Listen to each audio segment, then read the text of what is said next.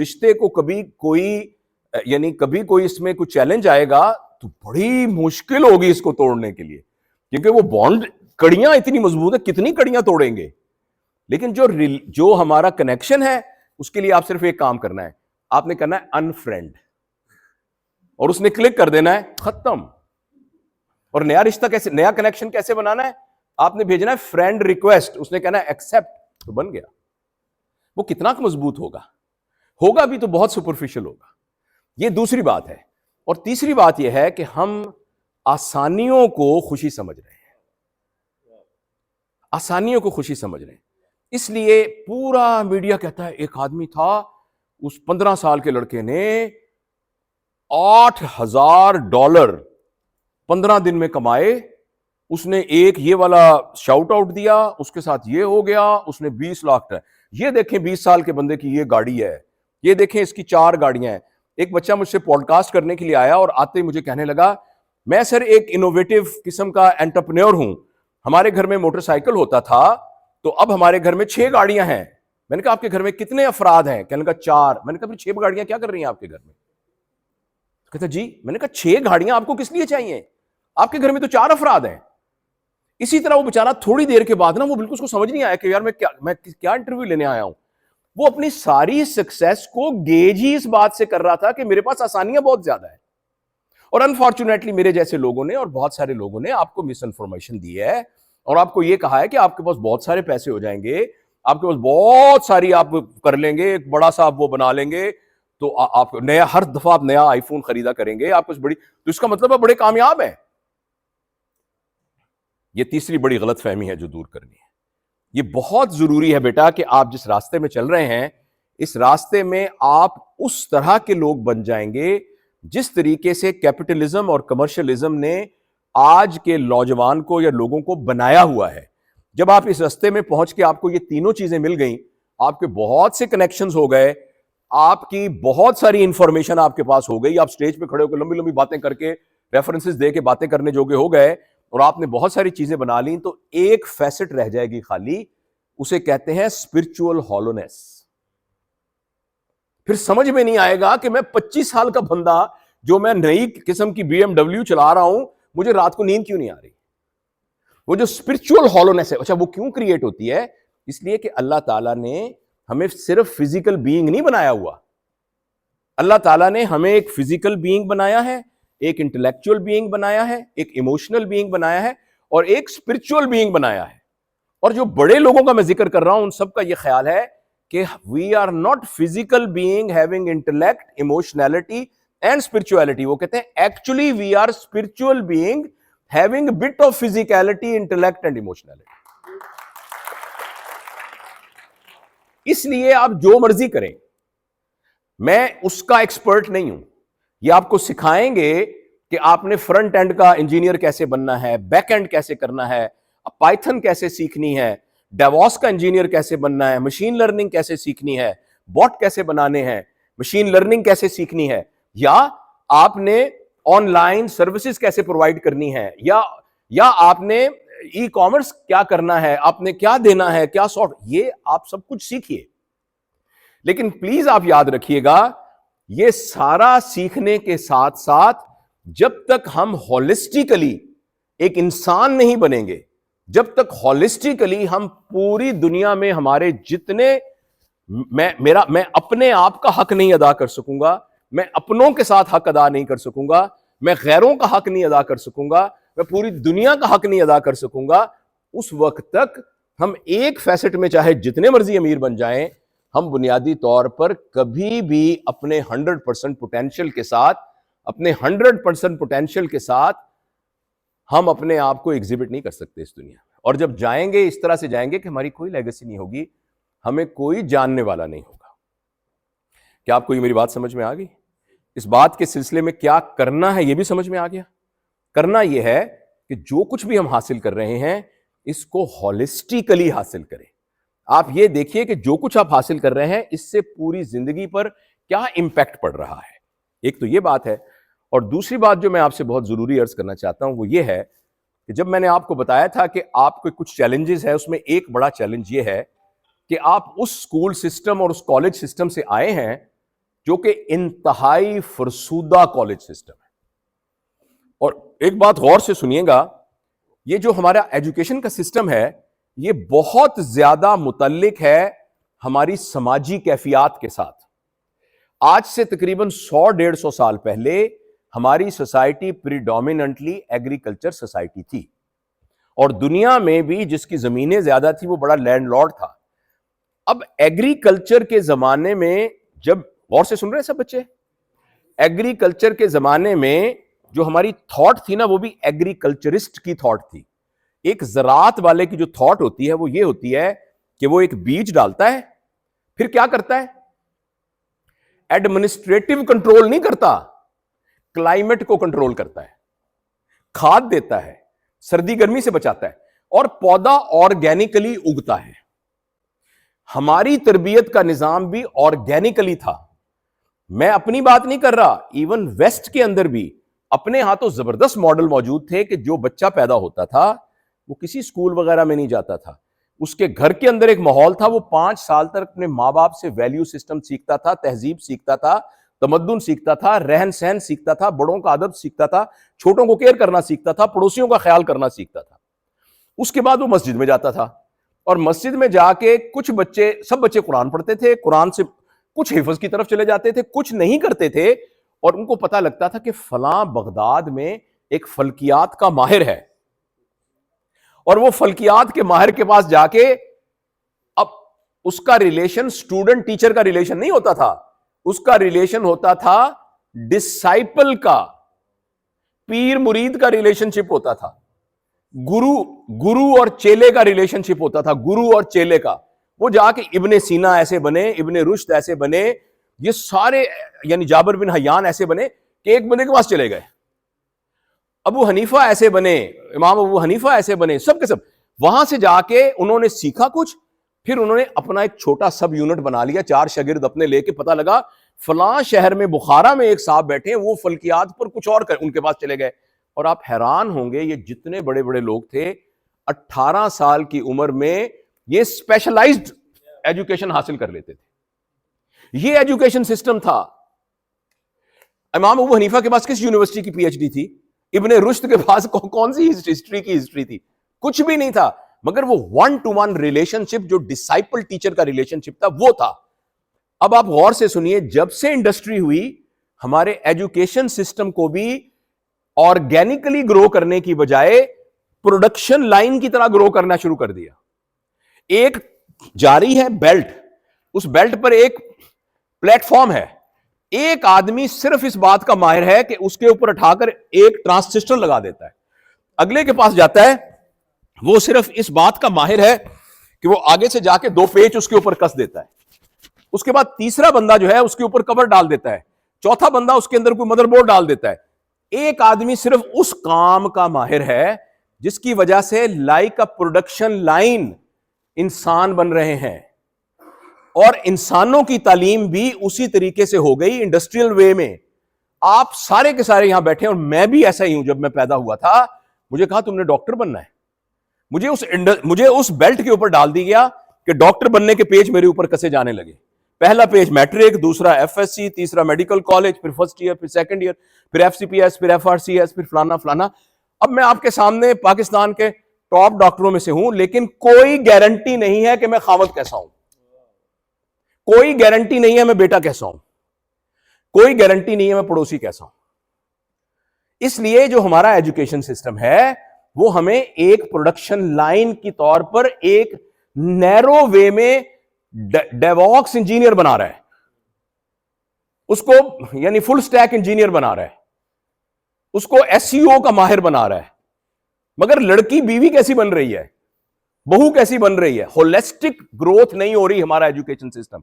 मेरी आपसे गुजारिश है कि आप इसको रिवर्ट करें और होलिस्टिक ग्रोथ की तरफ तवज्जो दें।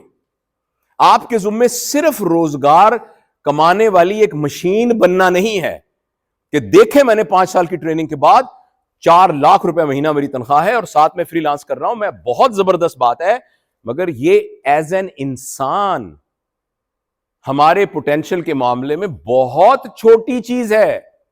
आपके पास आईफोन है, आप उससे फोटो खींचते हैं और एसएमएस करते हैं और कॉल सुनते हैं। भाई आपने 4 लाख का फोन क्यों लिया था? इस पर तो एक्सेल में शीटें बन सकती हैं, हेल्थ का रिकॉर्ड हो सकता है, इसमें पता नहीं क्या क्या हो सकता है। इंसान का पोटेंशियल इससे बहुत ज्यादा है, सिर्फ पैसे कमाने वाली मशीन वाला नहीं। आखिरी बात, क्योंकि फ्लाइट का भी टाइम होने वाला, आखिरी जो बात मैं अर्ज करना चाहता हूं, ये गौर से सुनिएगा, शायद ये कुछ टेक होम मैसेज आपके लिए हो।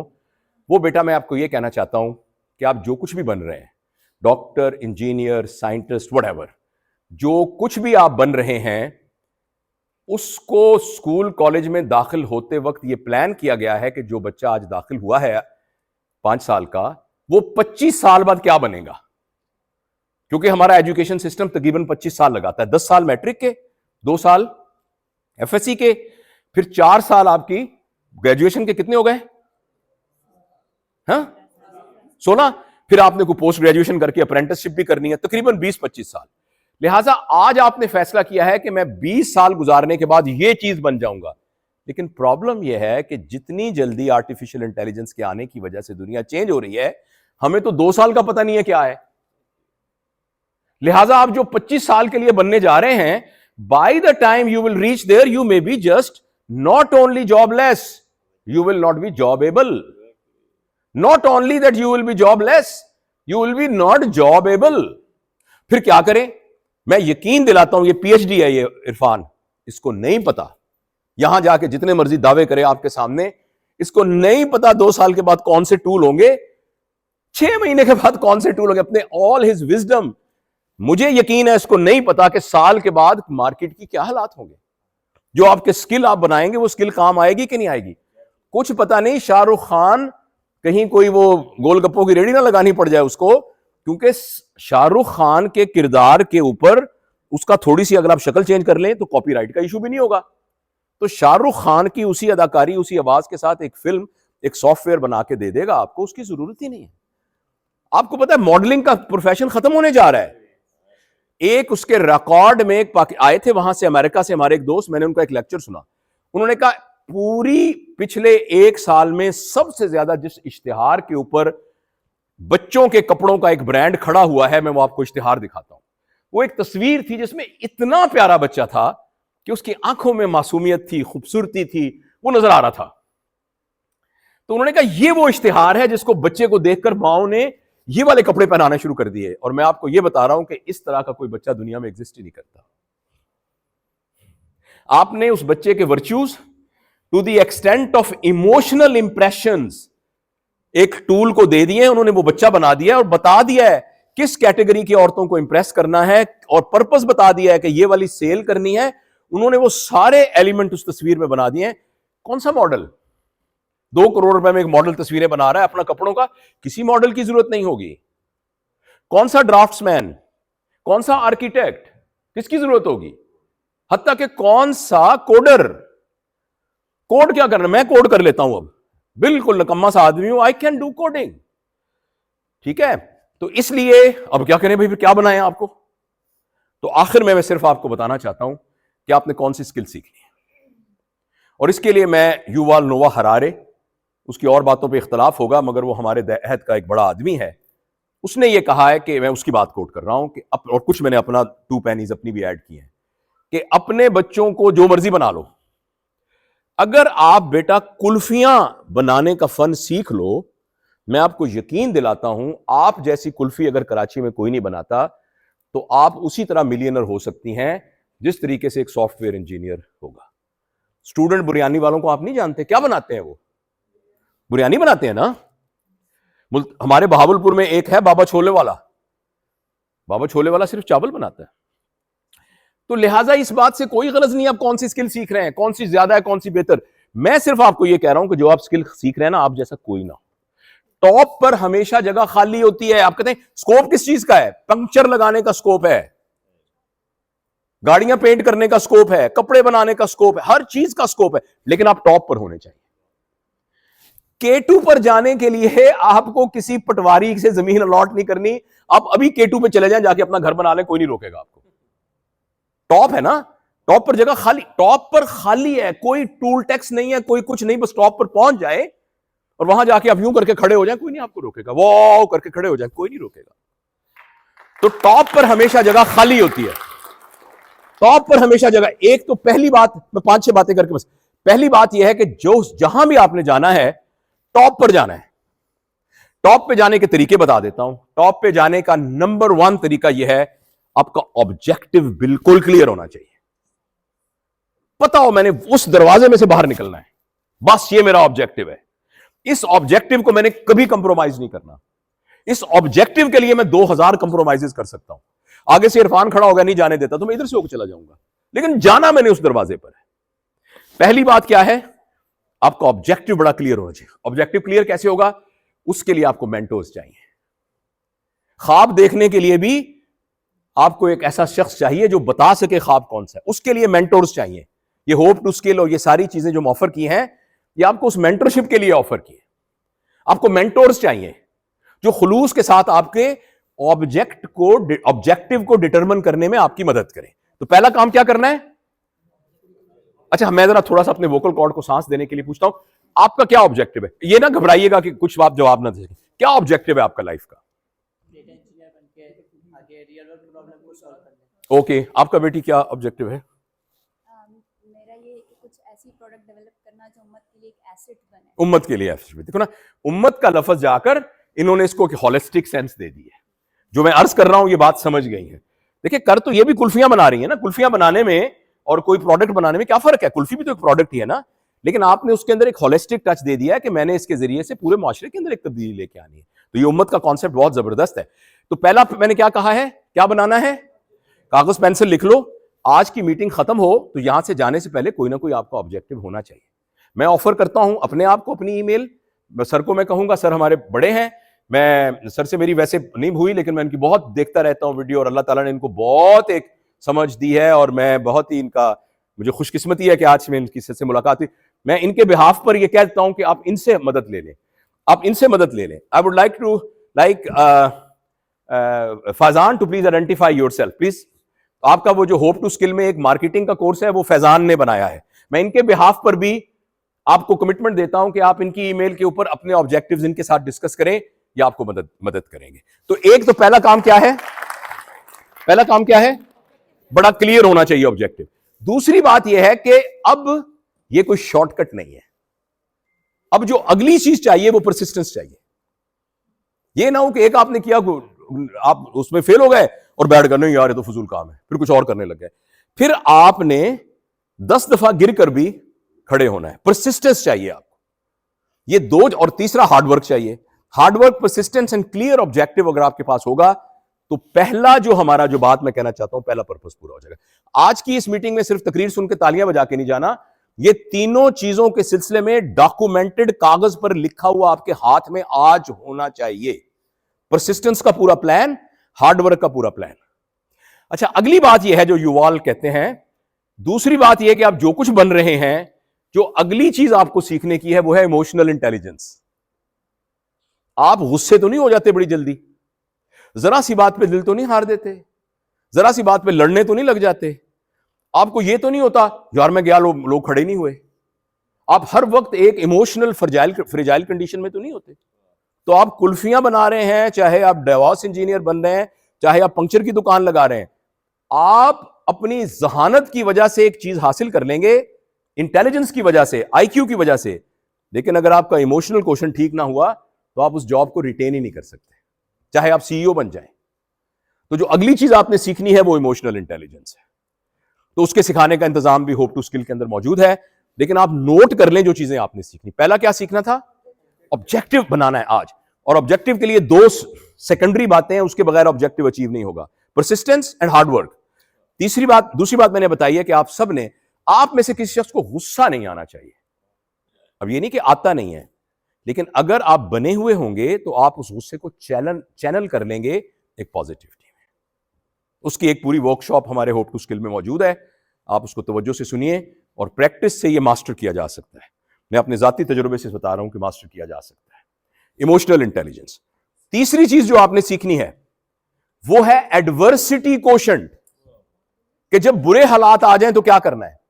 बस मैं 5 मिनट में खत्म करने जा रहा हूं। जब बुरे हालात आ जाएं तो क्या करना है, यह भी सीखने से आता है। एडवर्सिटी कोशेंट क्या है? हमारे नौजवानों का एडवर्सिटी कोशेंट बहुत पुअर है। एडवर्स हालात में क्या करना है, पैसे की किल्लत हो जाए तो क्या करना है, कहीं और कोई रिसेशन आ जाए तो क्या करना है। अगली चीज हमने सीखनी है एडवर्सिटी कोशेंट। उससे अगली चीज जो हमने सीखनी है वो है कम्युनिकेशन स्किल्स, क्योंकि इंसान जो है वो कम्युनिकेशंस का बंदा है। अगली चीज आपने सीखनी है कम्युनिकेशन स्किल्स। ये 4 चीजें आप सीखेंगे, बाकी जो मर्जी सीखेंगे इंशाल्लाह ये देर पा होगी। और आखिर में आप ये बात याद रखिए, ये बात पक्के दिल में आप समझ लेना कि दुआ की ताकत को अंडर एस्टिमेट नहीं करना। आप जो कुछ भी बन जाएंगे, जब तक मशीयत इज़्दी नहीं होगी, जब तक अल्लाह ताला आपके उन इक़दामात को यानी सपोर्ट नहीं करेंगे, जब तक अल्लाह की तरफ से हुक्म नहीं होगा, तो अपना ताल्लुक अल्लाह के साथ मिलाना। न्यूटन का अल्लाह से बहुत ताल्लुक था, आइंस्टाइन का अल्लाह से बहुत ताल्लुक था। ये वो तमाम लोग हैं जिनकी थ्योरीज की बुनियाद पर लोग इल्हाद को बताते हैं, मगर इन थ्योरीज के बनाने वाले अपने डिवाइन के साथ, या उसको जो भी एक्सट्रीम पावर कहते थे, या अल्टीमेट कहते थे, या सोर्स ऑफ अबंडेंस कहते थे, वो उसके बहुत ज्यादा करीब रहने की कोशिश करते थे। आप भी अपना दामन अल्लाह ताला के साथ बहुत जोड़ के रखिए। तो ये कुछ बातें जो मैं आपसे अर्ज करना चाहता था। मेरा दिल चाहता था कि मैं इरफान की बातें सुनूं, सर की बातें सुनी, लेकिन वो जहाज उड़ जाएगा तो मुझे तो मेरे लिए वो रोकेंगे नहीं। तो मुझे इंशाल्लाह जाना है, तो खैर खैरियत से इंशाल्लाह। तो बहुत बहुत शुक्रिया, आपके चेहरे बहुत ताबनाक हैं, आप हमारा फ्यूचर हैं।